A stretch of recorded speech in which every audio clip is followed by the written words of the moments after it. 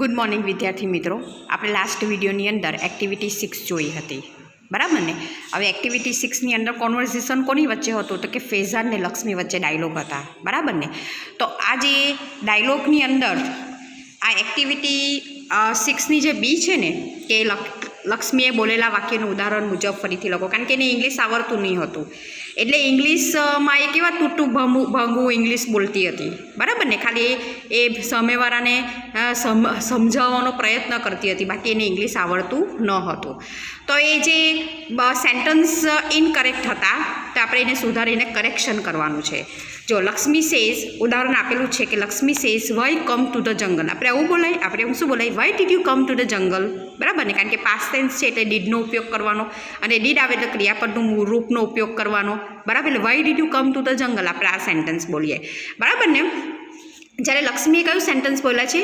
Y come to the jungle, બરાબર? એટલે grammatically mistake છે, ગ્રામેટિકલી મિસ્ટેક છે, તો આપણે એ કરેક્શન કરવાનું છે.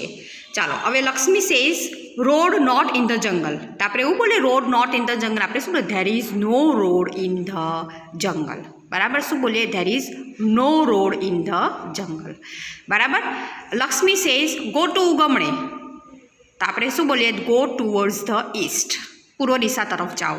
ગો ટુ ઉગમણે એટલે ગો ટુવર્ડ્સ ધ ઈસ્ટ, એટલે કે ઈસ્ટ તરફ, પૂર્વ દિશા તરફ જાઓ, એટલે go towards the east. Lakshmi says many કુબાઝ ધેર, તો આપણે શું બોલીએ? ધેર આર મેની કુબાઝ ધેર, બરાબર? Lakshmi says walk on the કેડી, એટલે આપણે શું? You must walk on the કેડી અથવા તો પાથ, બરાબર ને? એટલે એમ કહે છે કે તાર રસ્તો નથી, નો રોડ એમ બોલેલી, ખબર ને? તો કેડી, વોક ઓન ધ કેડી એમ, પણ you must walk on the કેડી. Lakshmi says Lakshmi, my name Lakshmi, શું આવે છે? My name is Lakshmi. શું આવશે બાળકો? માય નેમ ઇઝ લક્ષ્મી એમ આવે. લક્ષ્મી સેઝ આફ્ટર ક્રોસિંગ વોનકાલો યુ સી રૂપલો ડુંગર, તો આપણે શું બોલીએ? તો કે આફ્ટર ક્રોસિંગ ધ વોકલેનો એટલે કે સ્ટ્રીમ યુ વિલ સી રૂપલો ડુંગર, બરાબર? હવે રૂપલો ડુંગર તો એનું નામ જ છે, બરાબર ને? રૂપલો ડુંગર. ચાલો, લક્ષ્મી સેઝ ઉગમની sun comes in the sky, એટલે in the east the sun rises in the east, બરાબર ને? એમ ઇન ધ સ્કાય, અહીંયા શું આવશે? In the sky.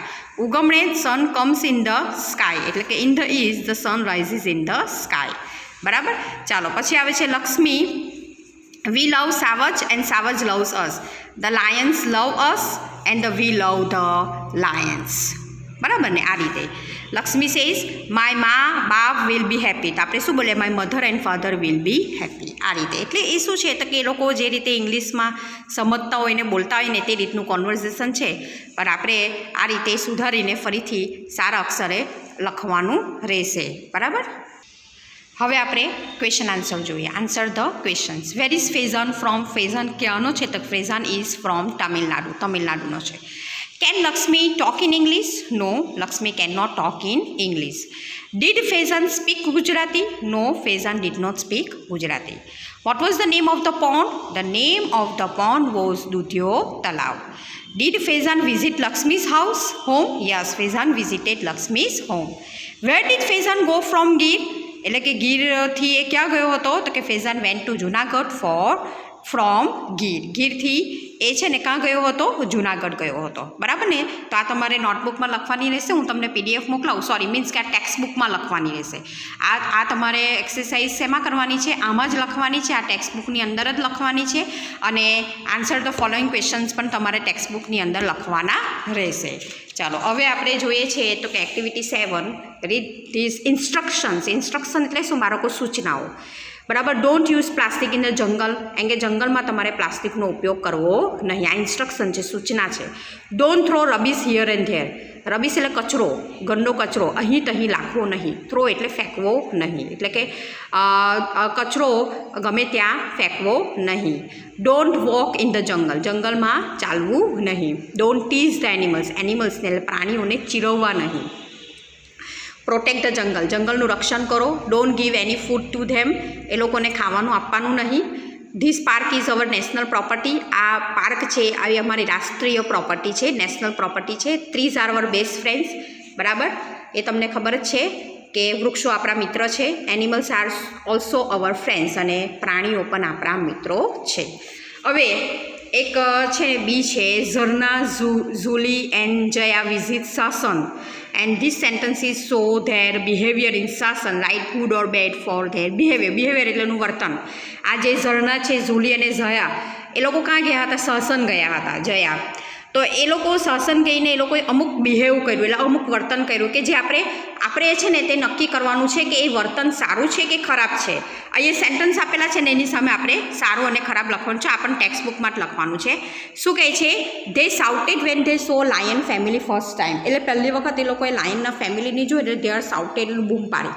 એ ખરું કહેવાય? સાચું કહેવાય? ના. એટલે અહીંયા શું લખવાનું? બેડ. આપણે પણ એવું બિહેવ કરવાનું નહીં. આપણે શું બિહેવ નહીં કરવાનું કે જ્યારે આપણે કોઈ બી પ્રાણીઓને જોઈએ ને આપણને નવાઈ તો લાગે, કારણ કે આપણે ફર્સ્ટ ટાઈમ જોતા હોય એટલે પણ એના કારણે આપણે ચીહારી પાડવાની ના. બરાબર ને? એટલે કે they shouted when they saw a lion family first time bed. They ate popcorn and gave it to the deer. બરાબર? એ લોકો પોપકોર્ન જે ખાતા હતા ને તે એ લોકોએ છે ને ડિયરને આપી. તે પણ ખરાબ કહેવાય, કારણ કે ઇન્સ્ટ્રક્શન શું છે? Don't give your food to the animals. એટલે એમ કહે છે કે પ્રાણીઓને તમારો ખોરાક આપવો નહીં. એ લોકોના ખોરાક જુદા હોય એટલે એ લોકોને એ જ ખોરાક આપો. Jaya stop Zarina throwing plastic bag in the jungle. આ જો જયાએ સારું કામ કર્યું. શું કામ કર્યું? તો કે ઝરીનાને એમ કે પ્લાસ્ટિક બેગ એ જંગલમાં થ્રો કરતી હતી, ફેંકતી હતી, તે જયાએ સ્ટોપ કરી. બરાબર? એટલે Jaya stop Zarina throwing plastic bags in the jungle. એટલે અહીંયા શું આવશે? ગુડ. બરાબર? જુલી એન્ડ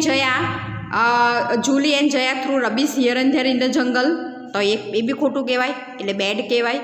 બરાબર? And Julie pull the branches of the tree, એ પણ શું કહેવાય? બેડ કહેવાય. એટલે બાળકો આ ઇન્સ્ટ્રક્શન ફક્ત છે ને ઝરના, જુલી અને જયા વચ્ચે નથી, પણ આ ઇન્સ્ટ્રક્શન આપણને પણ લાગુ પડે કે જ્યારે આપણે વિઝિટ ટુ અ ઝૂ એટલે કે પ્રાણી સંગ્રહાલયની મુલાકાત લઈએ, કે પછી આપણે કોઈ બી એક છે ને તે અભયારણ્યની, સેન્ચ્યુરીની કે નેશનલ પાર્કની જ્યારે આપણે છે ને તે મુલાકાતે લઈએ ત્યારે આપણે અમુક ઇન્સ્ટ્રક્શનનું ફોલો કરવું જ જોઈએ. કે દાખલા તરીકે આપણે પ્રાણીઓને જોઈને બૂમ ચિલ્લારા પાડવા નહીં, કે પછી એ લોકોને આપણે આપણો પોતાનો ખોરાક આપવો નહીં. અમુક લોકો મમરા આપે, ધાણી આપે, એ ખરાબ કહેવાય. એ લોકોનો પોતાનો ખોરાક હોય ને તો તે એ લોકો ખાય, એટલે એ પણ આપવો નહીં. એ લોકોની નજીક આપણે જવાનું નહીં. બરાબર ને?